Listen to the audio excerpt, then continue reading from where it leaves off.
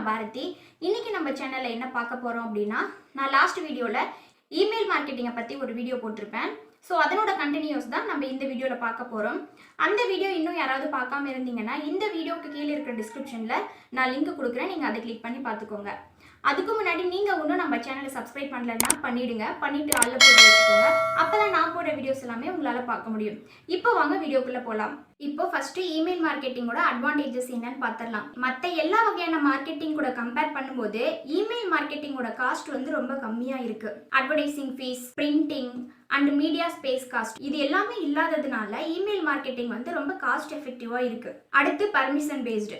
ஒரு கஸ்டமருக்கு உங்கள் ப்ராடக்ட் ஆர் சர்வீஸ் மேலே வந்து இன்ட்ரெஸ்ட் இருக்கிறதுனால தான் நீங்கள் அனுப்புகிற மெயிலை வந்து அவங்க ஓகேன்னு சூஸ் பண்ணுறதால உங்களுக்கு ஒரு மெயில் லிஸ்ட் வந்து பில்ட் ஆகி இருக்கும். ஸோ இந்த மாதிரி உங்கள் ப்ராடக்ட் ஆர் சர்வீஸ் மேலே இன்ட்ரெஸ்ட் இருக்கிற ஜென்யூனாக இன்ட்ரெஸ்ட் இருக்கிற கஸ்டமர் கூட உங்களால் பிஸ்னஸ் வச்சுக்க முடியும். இது வந்து இமெயில் மார்க்கெட்டிங்கோட ஒரு மிகப்பெரிய அட்வான்டேஜ்னு சொல்லலாம். அடுத்து ஃப்ளெக்சிபிள் டிசைன். உங்கள் மெசேஜுக்கு சூட் ஆகுற மாதிரி ஒரு பிளெயின் டெக்ஸ்ட் கிராஃபிக்ஸ் இல்லைன்னா ஃபைல்ஸ் எல்லாம் கூட நீங்கள் இதில் அட்டாச் பண்ணி அனுப்பலாம். உங்கள் பிஸ்னஸை வந்து நீங்கள் உங்களுக்கு பிடிச்ச மாதிரி டிசைன் மூலமாக கூட நீங்கள் கன்வே பண்ணலாம். அடுத்து ஸ்கேலபிள். லார்ஜ் ஆடியன்ஸ் இல்லைன்னா ஸ்மால் டார்கெட் லிஸ்ட் இது எல்லாமே நீங்கள் இந்த இமெயில் மார்க்கெட்டிங் மூலமாக அச்சீவ் பண்ணலாம்.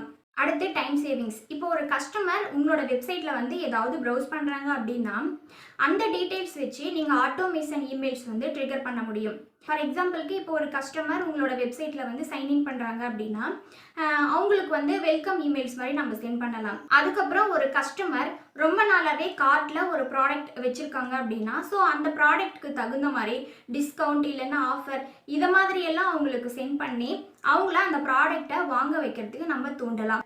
அடுத்து டைப்ஸ் ஆஃப் இமெயில் மார்க்கெட்டிங் பார்க்கலாம். Welcome emails, newsletter, promotional emails, abandonment cart emails, promotional emails, reengagement emails, sponsorship emails. So இந்த வீடியோ அவ்வளோதான். அதனோட கண்டினியூஷன் அடுத்த பார்ட்டில் பார்க்கலாம். இந்த வீடியோ பிடிச்சிருந்ததுன்னா லைக் பண்ணுங்கள். உங்களுக்கு ஏதாவது டவுட்ஸ் இருந்ததுன்னா கீழே கமெண்ட்ஸில் சொல்லுங்கள். தேங்க்யூ, பாய்.